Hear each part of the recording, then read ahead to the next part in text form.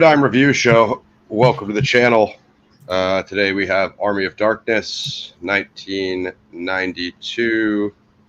What is it? Yeah, so I guess it was completed in 92. I thought Wikipedia just said the release date. It got pushed back to February 93. But yeah, this is a PXF Classic straight out of Gaz's list and off of mine as well.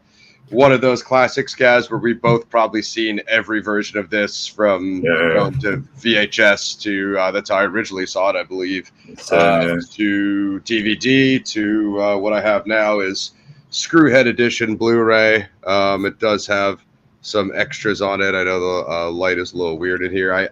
I briefly started watching it. What did they call it? The Creating the Deadites, explore the groundbreaking visual effects work that created the ghastly legions of the undead. So I think it was like those two special effects dudes talking about the animatronics. I don't know if you've already seen that, talking about the animatronics and stuff. So I need to go back and revisit that. But I know there's many versions of this, and we'll talk about some of those. I think, guys, you watched the director's cut, which I've not seen. So we'll just obviously, for those who don't know, this is Sam Raimi and Bruce Campbell's original third installment of the Evil Dead trilogy. So Evil Dead 1, the original, Evil Dead 2, Dead by Dawn, and then this is the sequel to that. And I can go a little bit to how AOD came about and things of that nature. But anything else you got for us, guys, to lead us off? No. I'm just waiting for you to take it away, man, because there's just so much you could say about this. But I guess I'll say straight up, this is probably going to be one of the most positive experiences for people to sit through, where we're both on the same page with most of this. You're going to think, wow, this guy actually likes something, i.e. me. Yeah, I've got to say this straight off the bat, y'all. In my opinion, as we'll talk about, this is probably one of the best horror comedy movies that's ever been made. It's such a classic. Before we put this on a PXF Classic list, anybody who used to follow our old radio shows back in the day and the old interviews we used to do with bands, we used to always talk about Army of Darkness, the Ash versus Evil Dead series, and Evil Dead as a whole. So that's how big of fanboys we are of this. So yeah, strap yourselves in. Yeah, much like The Thing, there's a bunch of additional content here. So there's a few different video games, Evil Dead, Hail to the King, and A Fistful of Boomstick. And then there's the latest one, which I haven't gotten yet, but I have it wishlisted on Steam. I do want to check it out, where you get to play as like Evil Ash, and I guess there's like some PvP and stuff. There's also comic books, like some of you guys will probably have heard of, like the Freddy versus Jason versus Ash. Ash is up there as a horror icon, as Gaz was just saying. What I learned about pre-production, Gaz, apparently there were, if you remember in Evil Dead 2, when they're flipping through the Necronomicon, there's kind of that jarring of Ash with the chainsaw, and it's talking about like the warrior, the unknown warrior that came to the medieval castle. So they do reference the medieval storyline in Evil Dead 2. From what they were saying is they actually looked at going to the Middle Ages in Evil Dead 2, but just the budget wasn't there yet. So that's why you got kind of Evil Dead, Dead by Dawn. So for what I understand is it was an idea for some time before Army of Darkness manifested. Another alternate title, which I thought was sick, was Medieval Dead. That was kind of like they've got to use that. Obviously, Army of Darkness is like an iconic title, but maybe down the line they could like reuse it for like a video game or something, just to make sure it gets used. Because Medieval Dead, I thought was a sick name. And then there was an early version of the script, Evil Dead 3. That was in the cabin. Once again, obviously the first two movies are in the cabin, and obviously Bruce and Sam were like, let's get away from the cabin. We already did 2 there. So that's just some background. But if you don't, for those who may not be getting immediately into Army of Darkness, and you got to start the trilogy with the first one.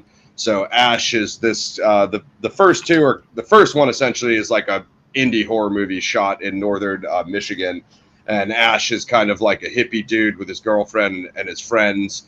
They do a recap in the beginning of Army of Darkness that recovers some of the events of Evil Dead 2, of how he lost his hand and how he kind of gets sucked into this time travel portal that the Necronomicon opens, and it sucks him and his Oldsmobile. So he has like some of the stuff that was in his trunk. So he has some present day item. Of course, he has his shotgun. Of course, he has his chainsaw, and those are the iconic Ash weapons. But yeah, I don't know. We could probably just start the recap. But anyway, Ash. So in those movies, they go to the cabin. There was this archaeologist guy that went to ancient Sumeria, found the Necronomicon, which is like a demonology text. And that guy was like translating the Necronomicon, which resulted in awakening the evil in the woods, which results in like possessing people, turning them into Deadites. So just in a nutshell, Ash fights the Deadites, which are kind of these undead kind of zombie demons. There's no real explanation, so we're kind of just explaining it for our own interpretation, you know. Yeah, and they have such a memorable presence as well. Just the way they talk, and as we'll get into with Army of Darkness, some of the dialogue literally on the spoiler alert again, folks, on the skeletons is hilarious. Deadite Army, there's all literally everything. Guys, so I guess we'll talk about the alternate ending at the end, but yeah, just they have these essentially like British accents and whatnot, just the overall like. But I mean, I did look up. So, here's something we never did. Let me just see if I can share something real quick. As far as you guys see me wearing the "What is best in life," I did see. So only that one's coming up for some reason. All right, I'll do entire screen. So they did talk about like some of the influences, and it actually is, Conan the Barbarian, as far as, obviously the Middle Age influence, which is obviously, I don't know. I mean, that's something Gaz and I will talk about too, but this is so much different from Evil Dead 1 and Evil Dead 2. And that's what I like about it. I know a lot of people that are like horror purists say that this is the worst one because it does get away from that horror formula. But I always, and again, I'll also say this is the first one I saw, Gaz. I don't know about you. Because, So 3, 2, then 1. It was in that order, actually. Right. That's kind of what I did. Okay, so you can see this is like Raimi's influences. So Connecticut Yankee and King Arthur's Court, Jonathan Swift's Gulliver's Travels, The Seventh Voyage of Sinbad, Jason the Argonauts, and The Three Stooges. Obviously, we were going to mention these because of the stop motion skeleton stuff. Jason Argonauts, right? He fights that skeleton army, and then Conan the Barbarian. So, and this is it right here. Evil Dead 2, according to Bruce Campbell, was originally designed to go back past the 1300, but we couldn't muster it at the time, so we decided to make an interim version, not knowing if the 1300 story would ever get made. And then the working title, Medieval Dead, later known as Evil Dead 3, Army of Darkness. The title Army of Darkness came from an idea by Irvin Shapiro during the production of Evil Dead 2. Anyway. Yeah. Well, you see, all those influences are very present. Even the scene where Ash is in the windmill, and all of those little mini Ashes break free from the glass that he smashes, and the tie, the tie Ash up on the floor. Well, that's taken straight out of Gulliver's Travels. So there's that influence there. Even the name of the medieval, I guess the leader of the army on the good side, Yo, what up, Slip, King Arthur, and even Henry the Red. I always thought that was kind of taken a little bit from, I think, was it Henry the First, that kind of crusading kind of vibe as well. Then obviously with the North, big ups for the North. So there's that beautiful melding of everything, and it's got that, and it's also kind of like a fantasy movie as well, melded with a bit of horror and obviously the genius comedy. I mean, one of my favorite the dialogue, which we'll get into. There's so many classic lines, but one which I feel people often overlook. I've got to drop this one quick, and I know I'm getting ahead, but it's when the skeleton army are attacking the castle near the end, and the first attempt at sieging it, and they get beaten back, and the skeletons are running away, and everyone always overlooks this, but it's hilarious. Even one of those skeletons who says like, "Get the hell out of here! Yeah, let's get the hell out of here. Yeah, there's unlimited lines when I'm Slip. Yeah. I'm assuming you've seen AOD. One thing that we need to mention going along with our Beetlejuice review is Danny Elfman's back. He composed the March of the Dead theme song, which is kind of the Deadite Army's, I don't know. It's like this long orchestral kind of anthem that that Elfman produced. And I think he did the intro music as well.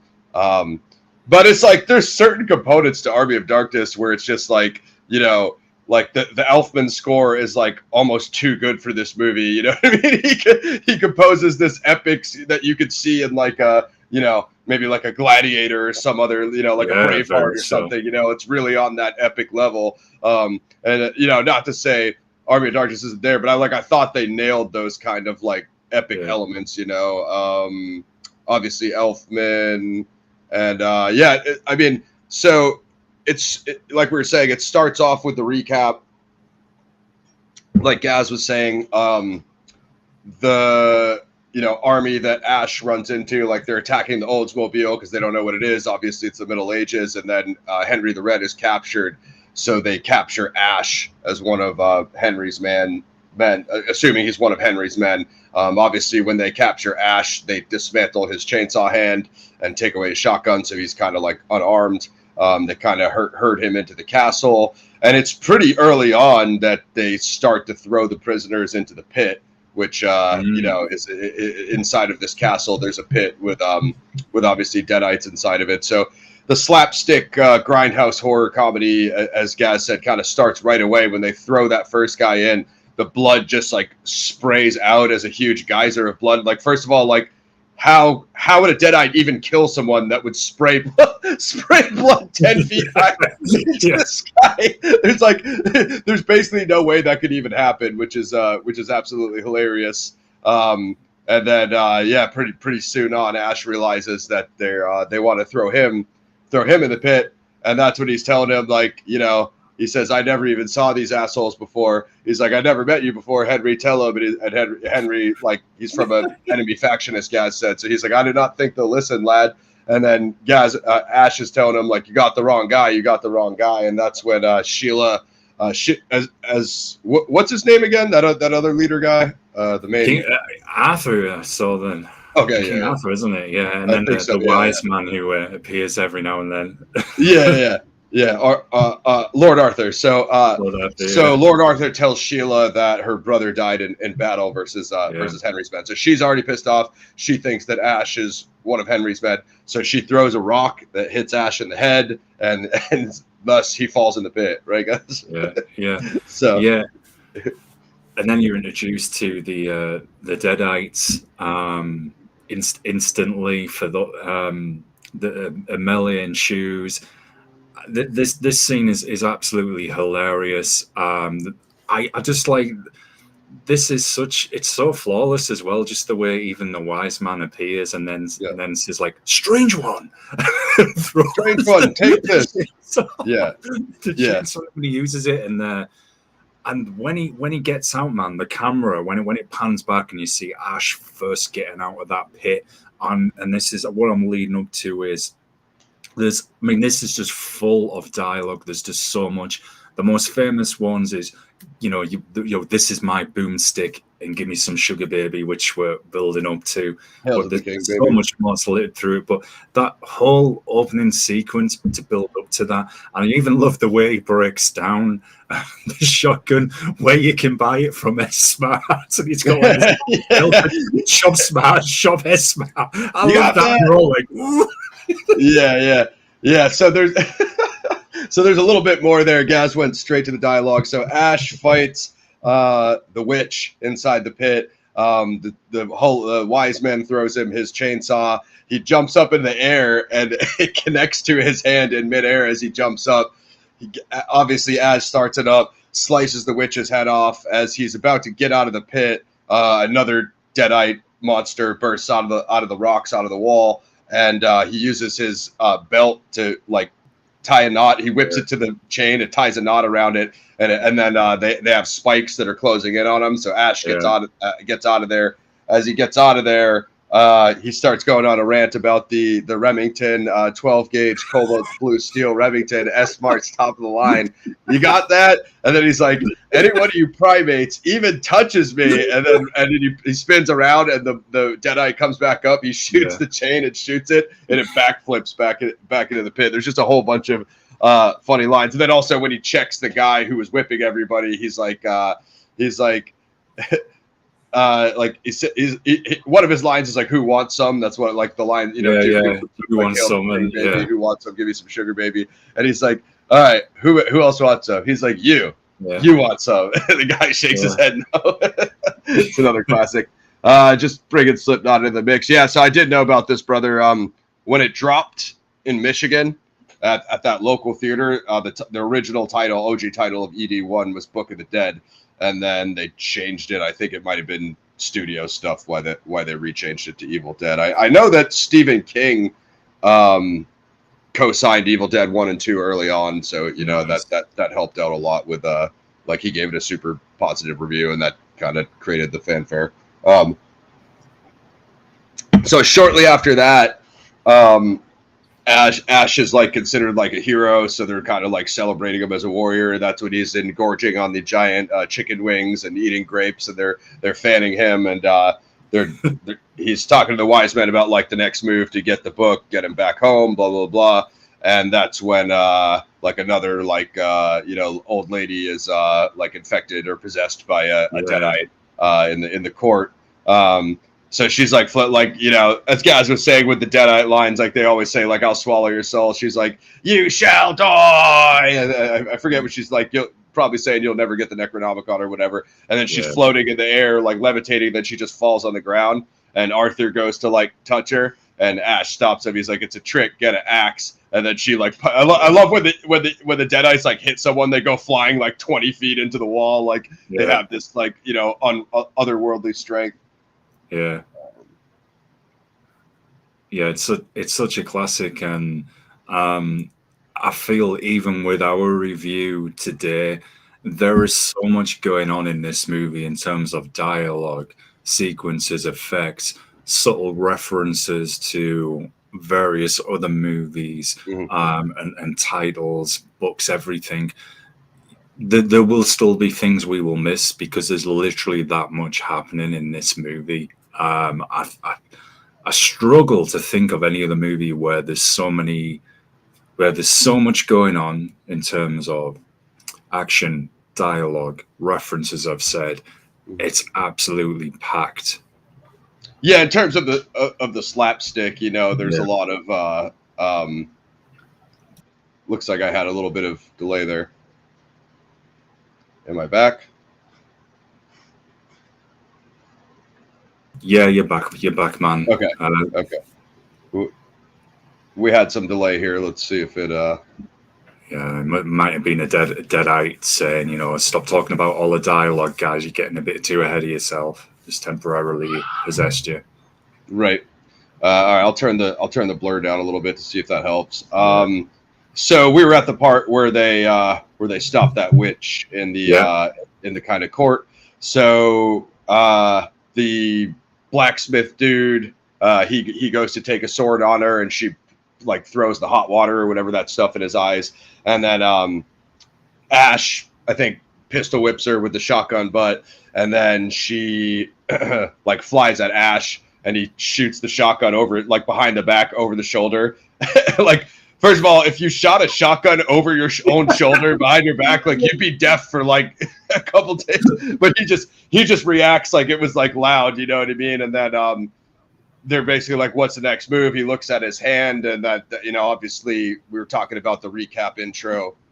We were talking about the recap intro that talks about how when the evil got in Ash's hand at Evil Dead 2, he chainsawed it off so his whole body wouldn't get infected.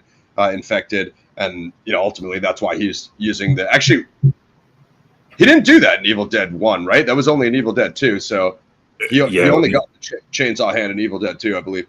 But so he goes to they go to the armory with the blacksmith, and that's when Ash builds he takes one of the gauntlets and builds his new robotic Luke Skywalker hand, I thought it's like one of the honestly that scene is way better than when Furiosa makes her metal arm in Furiosa. Yeah, so. yeah. Way more iconic. And it's and also what makes that scene so iconic is the reaction of the blacksmith and the camera work on that as well. It captures his whole expression. I just think it's absolutely when Ash is testing it, he takes a metal gauntlet and he crushes it, and the blacksmith's like, oh, oh my god, they did this crazy thing. What's up, guys? Welcome to everybody in the chat. So yeah, just a lot of that stuff there. From there on, I think the Wiseman gives him the mission to go out there to get the book. Say the 3 words, Klaatu Verada Nikto, and then he meets up with Sheila. She makes him a cloak. She knits him a cloak, and that's when he's kind of off to the windmill, as Gaz was saying before. Yeah. But eventually, I think like you all know the iconic Sam Raimi evil cam when the evil is like shooting through the woods or the forest or whatever. That's it's like the camera fast zooming. Pretty soon off as he's riding, the evil kind of chases him. I actually saw someone show this. I think it was on Twitter, guys, of him falling in the puddle. And they were like, this scene from Evil Dead. And I was like, that's not Evil Dead. I was like, that's Army of Darkness guy. I was about to correct him on the tweet. Like, how do you not know that's an Army of Darkness scene? Like, he's clearly wearing the medieval, cloak with the metal head. You know what I mean? Anyway, so really? Okay. I wonder what's going on with this. I wonder if it will be any good. So yeah, he's headed off to the windmill, which is absolutely hilarious. It chases him. He falls off his horse or whatever. I guess he loses his horse, and he runs into the windmill. And then he shuts the door, and that's when the evil's trying to crash through the door. And he just kind of freaks out. And then this is the point where that Gaz was talking about with the mini ashes. So he puts some logs on the fire. He's warming his hands, and he turns around, and then like his reflection like stands up in the mirror, and it's looking at him. And I was cracking up at that part, Gaz, when he just runs face first and smashes into the mirror. Like why would you run into it? You know what I mean? And smash it with your own body. You could have just picked up a log or any item and just smashed the mirror. You know what I mean? Interesting. GTA. I don't know. Video game movies don't historically have the best history of panning out. So it makes me think too much of the Fast and the Furious. Yeah. Maybe he'll be in it to teach him a lesson about family. Anyway, we'll get back on the topic. So, yeah, he sees his reflection stand up, as you say, breaks the glass shatters, and turns his back, goes to the fire to warm up, and of course the little ashes get out of the glass, get a fork, prepare for ramming speed. Yeah, ramming speed. Yeah, they have some absolutely hilarious lines. So they have that fork thing.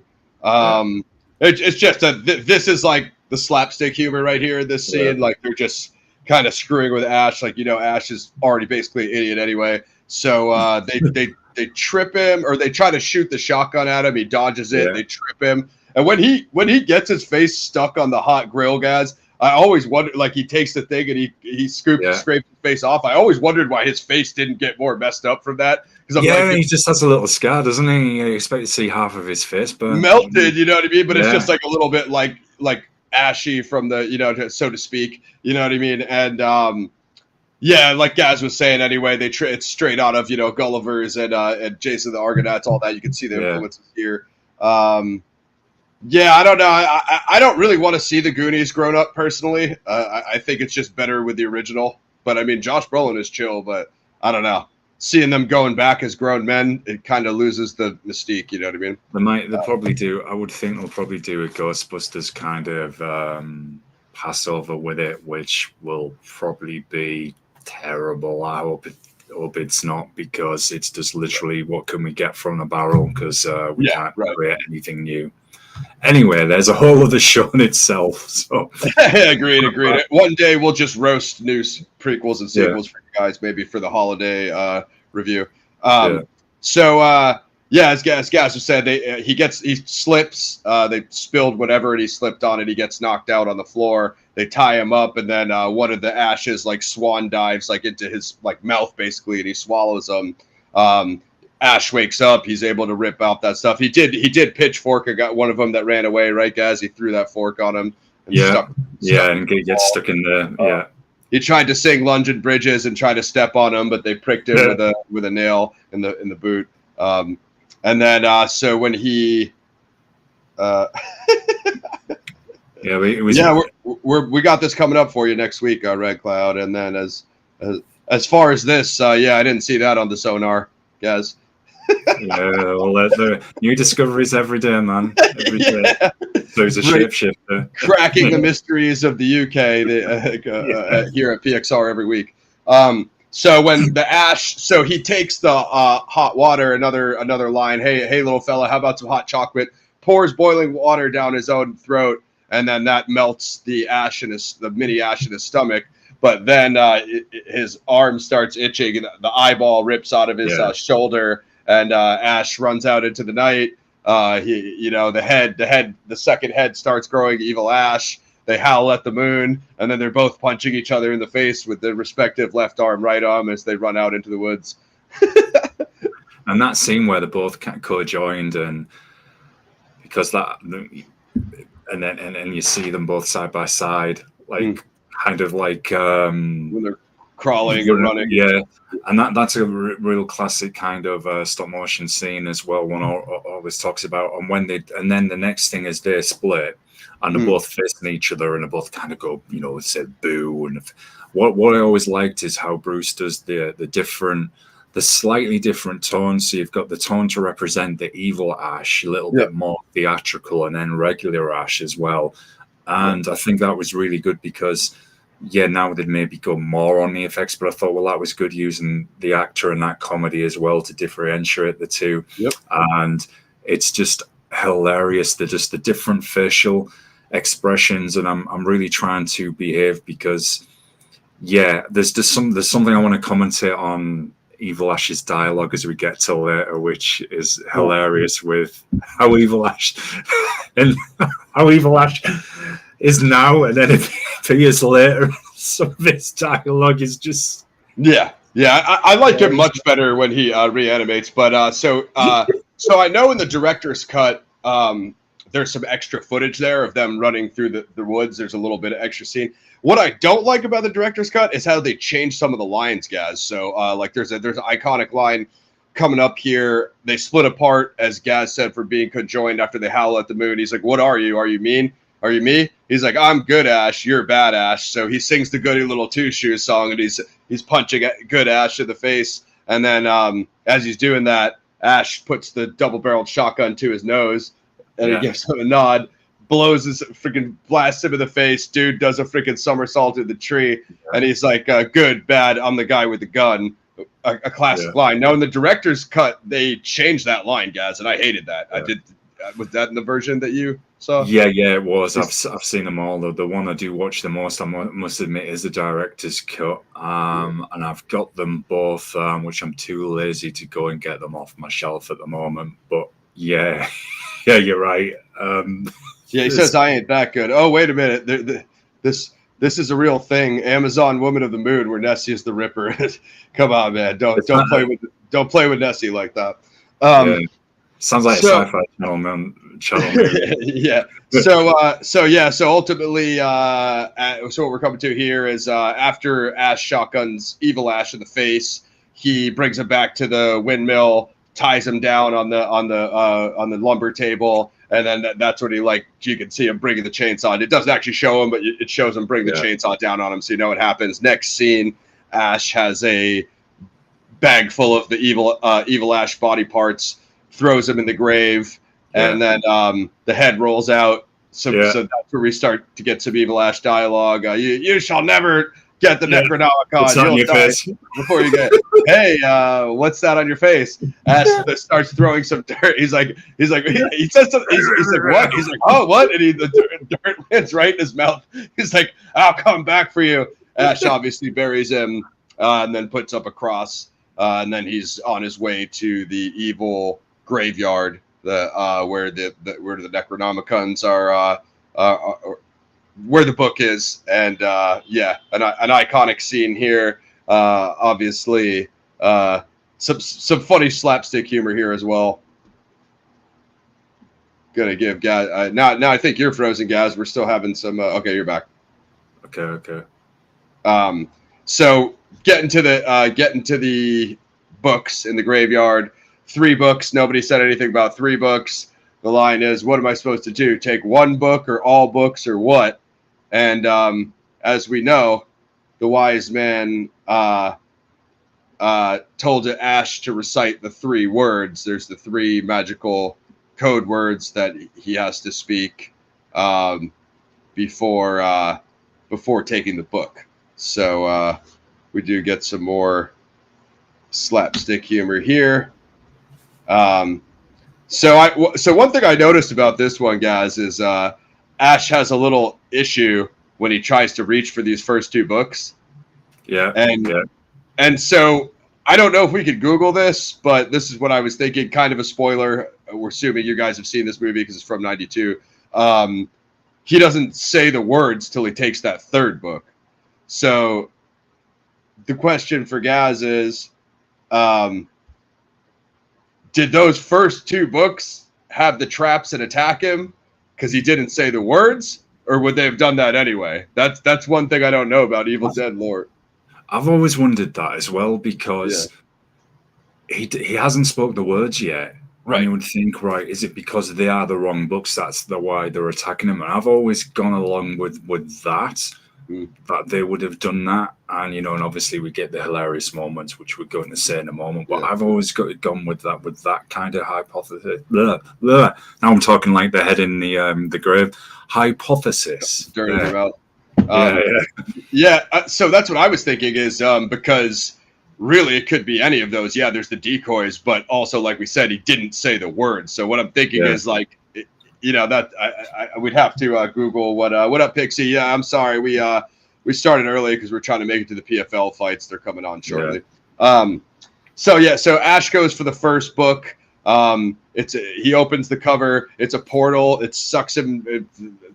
I don't even know. It's a portal. It sucks him down into it. He gets sucked all the way into it. When he tried to pull himself out, it's a gag on Bruce Campbell's massive chin. It gets sucked down into the hole. So when he jumps out, his chin is elongated, and he's like, he has to shorten it. He's finally able to get it back down to normal, and he's like, whoa. So Ash, being the idiot he is, he reaches for the 2nd book, and he reaches right into the mouth of the face, which bites him with the teeth. I love that part where it flies off, guys, and he's looking around like he can't see it, and it bites him in the back of the neck.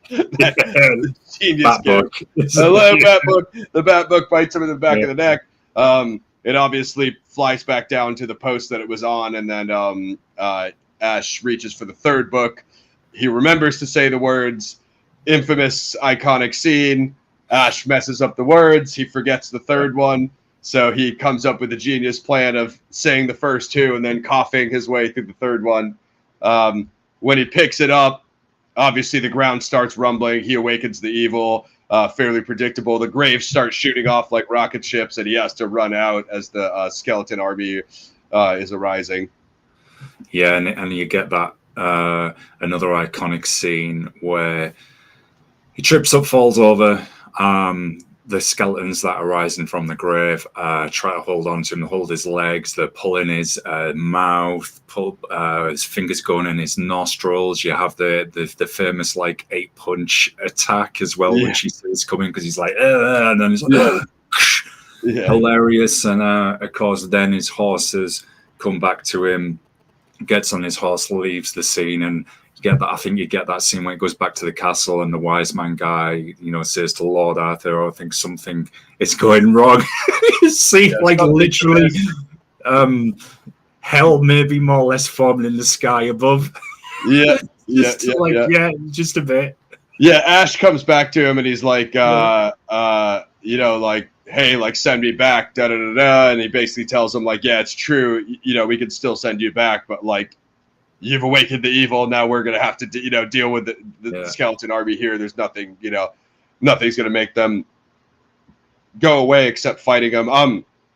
I wanted to reference this earlier because there's, at the end of Evil Dead, it has that whole sequence, Evil Dead 2, when he gets sucked into the portal and he lands in the Middle Ages with all the medieval knights. And then obviously they reshoot that at the beginning of our Army of Darkness. I think at the end of Evil Dead 2, the flying Deadite comes in and Ash blows its head off with the shotgun. And it goes, flips and goes, and the doesn't it flip backwards and go into the? I think that's early on, but I'm talking about the winged Deadite. Right, but you know, so later on they reuse this winged Deadite. This sequence, he has an argument with Sheila, I think, about him being a coward and just like wanting to leave her and just go back to his own present time. And then as he's kind of walking away, the flying Deadite returns. Again, sick, physical, practical effects on the flying Deadite. Flies in, grabs Sheila, flies away, and then everyone is pretty much talking about like, you know, running or whatever, giving up or whatever. And then that's when Ash like goes up on the rampart, shoots off the shotgun, and he kind of rallies everybody to fight. You know, he's like, "That's it, that's right. Go home and cry to mama." Jim Carrey's mask, the mask, supposed to be a. Yeah. There's something about last I heard it was Army of Darkness animation series, which I hope it is, you know, because I think they should do more with this universe. Obviously, the series that Gaz mentioned is epic, but it doesn't really do much with the Army of Darkness storyline. So anyway, basically what we come to here is Ash is going to rally the troops. They're going to create defenses, and they're essentially going to do the final standoff. Gaz talked a little bit about the fight earlier on. There's so many moments in this final battle. It's absolutely epic, from the Danny Elfman March of the Dead, you know, soundtrack that plays throughout it, and just every fight is sick. Even a bit before that, I just wanted it back a bit where that winged creature takes Sheila, and Evil Ash is being reanimated. That's what we see, that when Ash has got read the words wrong for the Necronomicon, and Evil Ash is like, I'm alive again, I think it is. I live again, yeah. And when Sheila gets to him, I'll just say through her unwilling embrace with Evil Ash, she gets turned into like this ghoul Deadite herself.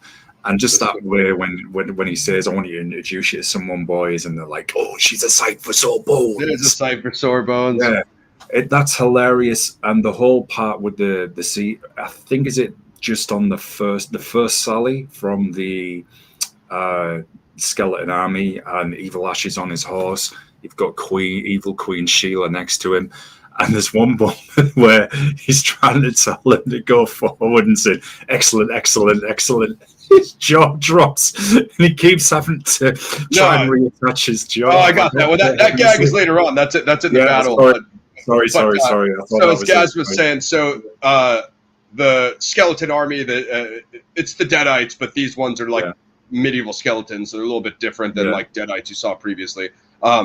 They're resurrecting themselves, so they're going around. They're reopening all the coffins, and they're pulling everybody back and resurrecting the troops. And then Evil Ash is up there with Evil Sheila. They have like some other slave women and stuff, and they're basically getting to march on the castle. Essentially, is what's going on.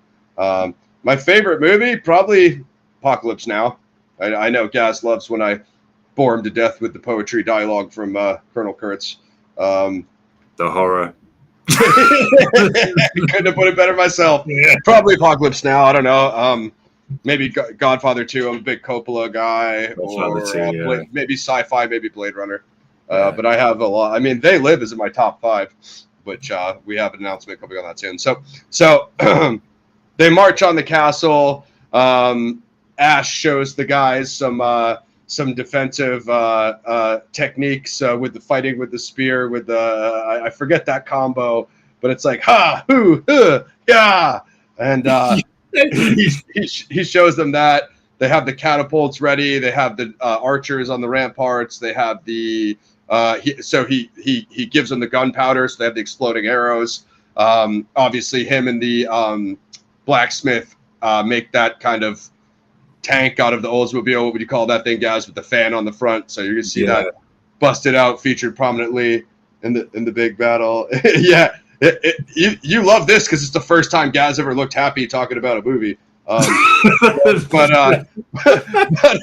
So smiling, yeah. So they get there. So as we said, you have Elfman's epic March of the Dead. I just love the whole scene. I think essentially there's a little bit of back and forth. I think Campbell, Ash has them fire the catapults. Some hilarious lines. Let's get out of here and just all that stuff. So after they get hit with the catapults, I think that's the jaw gag. He reacts to them getting blown up, and he's like, "Ooh, you miserable bags of bones! Pick yourself up and Sally." He's trying to say Sally Forth, like Sally Forth, and his jaw falls out. Sally Forth, his jaw falls out. He puts it back on. He's like Sally Forth. Like Evil Ash is one of the funniest characters in this movie. Oh, it's hilarious, dude. But it's even subtle with the raised up all the skeletons. So if you think of the time frame. There's a guy with a Roman centurion helmet on there. You've got the bagpipe guys as well. Yeah, they're singing this part of the Death March anthem. Yeah. You've got guys from various eras. There's the skeletons, and again, as I said earlier, one of the most overlooked lines, which because people always going about Sugar Baby, but there's so much dialogue in this, which is so memorable, and just that when after the first attack. And the skeletons are running back, and that one, as I mentioned earlier, that just goes, "Let's get the hell out of here!" Let's get the hell out of here. Yeah, there's, bro. I was telling you, bro. I've seen this movie so many times, bro. Like it's like I've seen every version, bro. Like it's just crazy. So there's two divisions. They go back and forth with some catapults and the archers and the flaming arrows. And then the second division comes in with the battering ram, like Gaz was saying. They throw some rocks and they crush a few of them. You see, like, one of the human dudes fall down on the what do you call that thing that goes across the moat, Gaz? That like is right in front of the drawbridge. Yeah, you see a human guy fall on the drawbridge. They eventually get through. They push their way in. The humans are essentially like pushed back to the ramparts. And then essentially that is as they rush in, that's when Ash busts out the Oldsmobile tank. Big fan on the front. He's just ripping guys apart, whipping them down. Like the steam horn is. It's a steam powered. For one, it's steam powered. Awesome. And then a couple guys jump on his thing. I think he punches somebody with a gauntlet, shotguns a guy. So he's just like blasting them off. And then Ash is, kind of fighting back there, turning the tide of the battle until he sees Sheila. As we know from Evil Dead 1 and Evil Dead 2, the Deadites are able to retake their human form to appear as they're no longer possessed, but in fact they're still evil. So he sees Sheila in front of him, and that's when he kind of crashes the steam tank to avoid killing Sheila, who he thinks is human in the moment. Shortly thereafter finds out that she's still a Deadite. So. Yeah, and she has that line as well. You found me beautiful once before. It's like she just got way ugly. She's got that famous iconic scene with like the kind of spear, the spear trying to stab him. Yeah. He's just dodging. He's on the ground, just dodging him. That is hilarious. So the choreography, some of the Ash choreography is hilarious. So I think he flips her into the pit there, and then she's gonna come back later. It essentially ends up being a race between Ash and Evil Ash for the book, which is up in the ramparts behind a gate, and Lord Arthur and his main royal guards are like defending that. So some pretty good gags there, where Ash kills a few of the skeletons. One's like crawling on top of a woman. He grabs her, like breaks a guy's back over his knee, a skeleton's back over his knee. When he goes back up to the ramparts, guys, he takes that rope and he cuts it with the rocks, and there's a skeleton crawling on the ground with a knife in his teeth. Yeah. That gag is hilarious. I'll cut your gizzard out, and the rocks just crush him. Ash doesn't even see him, and the rocks just crush him. Yeah. Hilarious gag. And then some good fights between Ash and Evil Ash going for the book. They fight off a couple, Ash fights off some skeletons, Evil Ash fights off some humans. That one part where Ash gets stuck between the Deadite and Evil Ash, and he's sword fighting them both. Like when Good. If you the fun fact on that, that's actually I've always wondered if that is a nod to those super old school Errol Flynn movies, you know, with all like the way they did the fancy sword fighting, which were completely unrealistic. He's just like dancing with them both simultaneously, taking on both of them. Hilarious, man. Yeah, no. So when he's fighting him, like I paid close attention to that. So Bruce Campbell is actually only looking at Evil Ash, and he's blocking the other guy blind. So it's like, how does he know which way that guy's going to swing if he's not even looking at? You know what I'm saying? Like, it's definitely got to be a nod to that. You know, back to the old Robin Hood. You know, medieval stuff. Yeah. Welcome, Pixie. So yeah, eventually, you know. Evil Ash has like killed a few of the guards. He kind of fights his way to the book, gets the gate. He rips the gate off. Ash throws a spear at him, goes through Evil Ash's back. He just breaks it off. It obviously doesn't hurt him that much. And this is like a very Jason and the Argonauts style stop motion kind of animation when as they fight up to that turret there. Ash gets a torch. So he loses his sword. He's fighting Evil Ash with the torch. He eventually lights Evil Ash's face on fire, kicks him off the turret, and when he climbs back up, the skin of Evil Ash's face is just burned away, so it's just the skeleton. I always thought that was a sick detail, guys, how it still has the buckshot of in the jaw from when he shot him in the face. Like that's sick continuity, I gotta say, you know, for like I said, we could probably do a whole series just on breaking down everything, both on screen, behind screen, all of that, just on this one movie alone. Easily, Absolutely. There's so much. Absolutely, yeah. So there's some cool stuff. I know Sheila she's kind of in and out of the fight. I think he does stab her with the spear at one point, and then Ash kind of falls. So ultimately, Evil Ash gets the book. Ash falls off, and you eventually get the final gag there of I don't know. Do we say it, Gaz, or? Well, just say that there's probably another iconic scene. There's so many where, you know, Evil Ash is on the catapult, or she'll just say, another iconic kill. We'll just say to go along with it. But you know, so the big thing about this one obviously is Evil Dead 1 is Bruce Campbell used a bunch of his own like money to get that movie finished, and I actually did learn something about this one as well that I didn't know. Let's see. I want to try to pull it up for you guys. Oops, just clicked the wrong. So.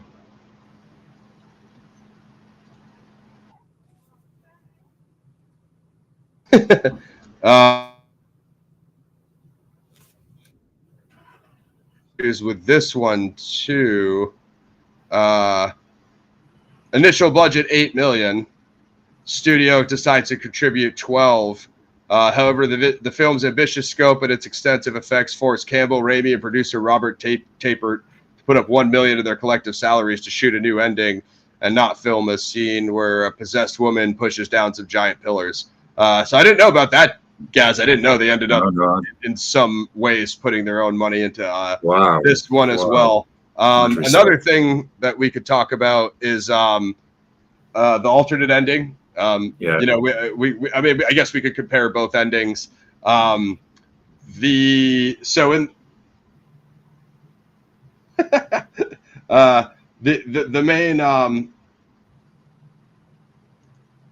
Nosferatu filming locations are interesting. Oh yeah, so also they made this castle out in the Mojave Desert of California, Gaz.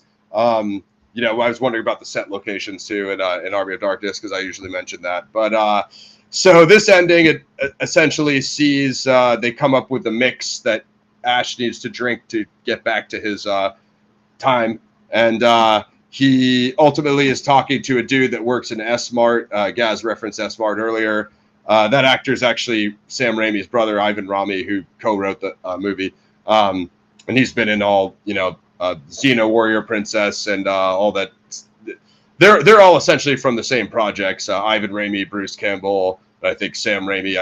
I think he might have been married to Lucy Lawless. I don't know if I have that right. So it's Ash telling the story of Army of Darkness to his coworker. And it's Ash telling the story of Army of Darkness to his coworker.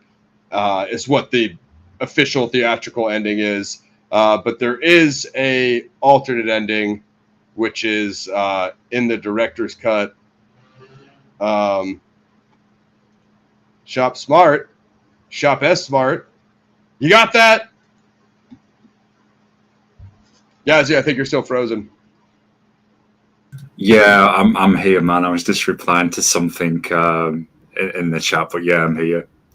Yeah, so I was just going over the theatrical ending. But so you watched the director's cut. Did that still include the alternate ending? Because it's on my Blu-ray. Yeah, I think there is that difference. Yeah, you still get that ending after Ash has taken the spoiler alert, folks. He takes too many drops and wakes up in the future. And the fans, we always, I mean, this is something we can get into in a moment. We kind of always wanted that kind of Mad Max Ash versus the Deadites, which could possibly get in this animated series, or they do that. There's still a possibility that would be sick, because immediately, if you think of the car with the huge blades, helicopter blades kind of thing, spinning around, taking out the Deadites, that could happen. But yeah, you still do get that, and it's just, I think, well, I'm glad at least we did get the Ash versus Evil Dead series, and again, we can come to that in a moment. So yeah, you still do. Yeah, the series is awesome. So what I just read on Wikipedia, the issue with the series was Universal had these rights issues with the producer, and so in season 1 they couldn't reference the events of Army of Darkness because of rights. Then they were able to remedy that, so then in season 2 they do reference Army of Darkness. But so what Gaz is just saying, so in the alternate ending, he needs to take 5 or 6 drops of the elixir. He's in a cave that he's sealed into, and I haven't played it, but I've seen it, the Evil Dead game. So he's sealed in. He takes 5 or 6 drops of the elixir. Some rocks fall in the cave, and that throws off his count. He takes 2 more, and I think it said like 500 years or however many years he would sleep per drop. So he wakes up with this big Rumpelstiltskin beard, and it's the ruins of formerly modern day London, Big Ben, and you can see the Eiffel Tower and stuff. He wakes up in the ruins of the world. That was actually the original ending, but Universal didn't like it, so there was multiple reshoots, and I think the windmill scene was also reshoots. So they had him reshoot a more positive ending where Ash, comes back as a hero and kills a Deadite. I seem to, because I haven't watched I've got them both. I've got the OG and the director's cut, and I seem to think on the OG in the ending, it wakes up in the future, and don't you see it's more kind of like that Mad Max kind of scene landscape. You see the smoke, coming out, obviously the cave, and the director's cut, I think that's where you see Big Ben and the ruins. I think it's the ruins of which you don't see in the OG.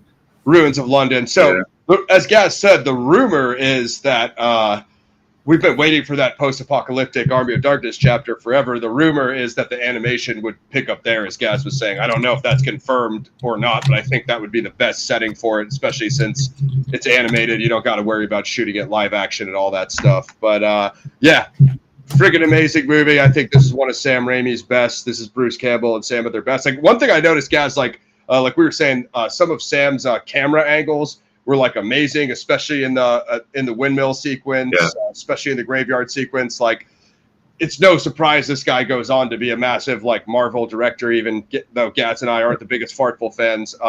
But there's like the score of this movie, Sam Raimi's directing, like they're all seemingly at a higher level than the content of this movie, which is just a slapstick comedy horror. I mean, I think it's hilarious. But I can also see why the film didn't necessarily do that well upon its release. Yeah, I get it, but it's definitely a cult classic, and I think probably because the first two are definitely more on the horror, even though it does still have some comedy aspects to it. I think that maybe, as you said, with the horror purists, didn't go over well with them that time, because it is a blending of comedy, horror, even a fantasy movie, even that kind of like, as you said, Conan, medieval fantasy movie, all of those old school movies as well. But to me, it's just, I think so far ahead of its time as well. They packed so much into this movie, literally so much, and really tried to do something different. But in the case of, I think it succeeded. I mean, it's hilarious, dude. We as I said earlier, well, we talked about this movie long before we were ever on YouTube. Way back on the old radio show we did, all of those interviews with the bands, we were always talking about Army of Darkness. It later became Ash versus Evil Dead, the series. I don't think we ever got through one episode without talking about it. So that's testament to the legacy for what Sam Raimi did with this. And just to quickly answer Pixie, no, I was laughing, don't worry. Myself, Ross and Mac have been roasting each other for years. You should see our WhatsApp chats. In fact, maybe you shouldn't, because we roasted the hell out of each other. So do not worry. I was just frozen. I was just saying what they actually are. I've got no questionable posters of men in poses. Honestly, you've not thinking, oh, does the ninja really? No, that's not why I'm trading. It's not for what's that. Under those ninja suits? Yeah. Is that why he trains martial arts, so he can look at all the dudes? No, it's not, honestly. Anyway, back on topic. You should see my posters, Pixie. I've got all sorts of hot men around here, from Marlon Brando to Muhammad Ali. Anyway, the Army of Darkness. This is like the Frank. What's his name? Frank Frazetta or whatever, the fantasy artist. This one poster of like Campbell or Ash looking all jacked. With that evil Ash looks more like a This is much more like a Conan the Barbarian style like influence poster, because it makes it like it's going to be this hardcore, Conan medieval epic. The other thing I saw that was funny, guys, is at least in the pre-production stuff on Wikipedia, was that Universal was asking him for a PG-13 cut. It obviously never manifested. And I'm thinking to myself, like, dude, Evil Dead 2 is one of the most like goriest, violent movies. What made you think you were going to get a PG-13 cut out of these guys, knowing that Army of Darkness is their biggest budget? They're probably going to even make it, arguably more violent, although it was, more slapstick stuff. But anyway, the posters and the artwork, super dope. Obviously that one, and then the more like kind of like the kind of like DVD cover. It's like obviously that one with the kind of just the there's a lot of detail in there. It's even got the mini Ashes with the fork on the tire. With the fork. There's a lot of trapped in time, surrounded by evil, low on gas. But I think we forgot to do the synopsis. When Ash Williams is accidentally transported to 1300 AD, he must retrieve the Necronomicon and battle an army of the dead in order to return home. I think we're pretty much good to do ratings, guys. It's got a 7.4 out of 10 on IMDb. I think that's criminal. Feel free to drop your ratings in the chat, guys. You can go first if you like, guys. Right, I'm gonna shock people. I'm gonna shock people because I've been quite positive, because I'm like, dude, right? Seriously, for one of the best horror comedies of all time. So much going on in this movie. I forgot to mention earlier. I'm going to quickly say it now. I think does this happen, Ross? When Ash takes when he's about to take the magic sleeping drops to sleep 100 years, and they put his car in that cave, and Ash, sets the dynamite off to explode all the rocks. Is that where you see the copy of the Fangora magazine in the trunk of the car? Yeah, that was a good reference. Two parts. There's when he shows the wise men the gunpowder. They go through his trunk, and he has the chemistry books. Yeah. So I think it's the end though, but I think there's two shots of his trunk. Yeah. And then that's when the blacksmith like takes the gunpowder bag and almost puts it on the candle, and Ash is like, no, don't do that. I always thought that was a good reference as well when you see that copy of Fangoria in the trunk of the car. So that was good. As I say, so for this reason, because it's a melding of fantasy, horror, comedy, absolutely so much going on in this movie, is why it stands up as one of the cult classics of all time. Absolutely love the movie, seen it more times than I've been to the toilet, which trust me is a lot. Always been talking about this with Ross and Mac for years. The same with the Ash versus Evil Dead series, which I absolutely loved and was bummed when sadly that got cancelled. That sucked. Loved that show. So for that reason, you might want to strap on some stabilizers to your chair, Ross, for this. I am going to, this hasn't happened very often, really hasn't. I'm going to give this 10. I'm at a 10 for it, man. I'm going to do the same. Danny Elfman score, Sam Raimi directing, Bruce Campbell. I don't think me and you ever, I think you did say you saw this, Gaz, but did me and you ever talk about Burn Notice? Because Bruce Campbell's featured prominently in that. We did, and then what was the other one? Was it I Am Bruce as well? That was the one we used to talk about a lot as well. Burn Notice is sick, obviously, anything Bruce Campbell does. I'm 10 out of 10 on that as well.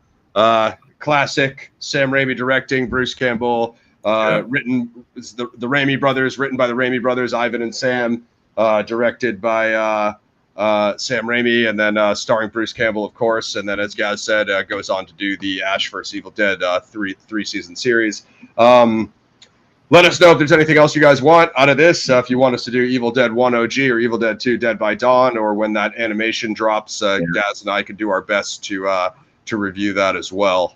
Same with the game that drops. Pixie, I'm not sure, maybe me and Ross could accommodate a sexy men on wall posters edition. That might be something we have to put on the back burner for now. Not sure how enthusiastic we both could talk about that, but if that's one of your recommendations. I'm sure we can find an action movie full of sexy men for you. You know what I mean? They might be 70 years old. Manchester contest. Oh my God, Slipknot. So there's too many. I'll cover that next show, bro. I was at that battle, just so you know, and I know Cannabis personally. And I was actually at that event. That was the one we talked about way back in the day as well. Way back in the day. I know exactly what you're on about, Slip, because Ross actually messaged me from that event later, and we actually did a show about that on our old radio show. So, I know them both, bro. Hilariously, I've met Diz at a few events. I've met Cannabis a few times. And actually, Cannabis is on me and Mac's old album, Empire of Fear. The track's called Ordo Ab Ko. It's on YouTube. You can see it on the PXR channel. But, I was at that event, bro. It was not my favorite event that I've ever been to. But it is what it is. You can't win them all. But I was more looking forward to Jean-Claude's kickboxing return, Jean-Claude Van Damme. I don't know why that fell through. Next week, we have got... Fire Pixie. It's youtube.com/Planet X Records LLC. I'll drop it next in the week. chat. We got Man in the Attic for Red Cloud. We're gonna do the Jack the Ripper review tomorrow. I'm on Zodiac interviews. What is it, 15 or 16? I forget what volume it is. Druzer and his brother Andrew and Adam Gray, the Gray brothers, and Richard Grinnell should be joining us. We're going to be talking Donna Lass and a viable suspect for Donna Lass's unsolved cold case murder. Man in the Attic after that. Then we have a special surprise for you guys. First weekend of November, Election Day. We haven't announced what review that is yet. I did. If you go back to the old shows, you can see me slipping and saying it, but it's going to be epic. Then I can give you guys a little bit of the I think after that, I think it's Toxic Avenger for you, Pixie. Let me check the old Toxic Avenger, November 9th, OG, the classic. We're still trying to figure out what happened with that Toxic Avenger remake, guys. Apparently they finished the entire thing, then canceled the release. Yeah, which sucks. Because it was so bad, but I wanted to see it. It had a lot of known people in it.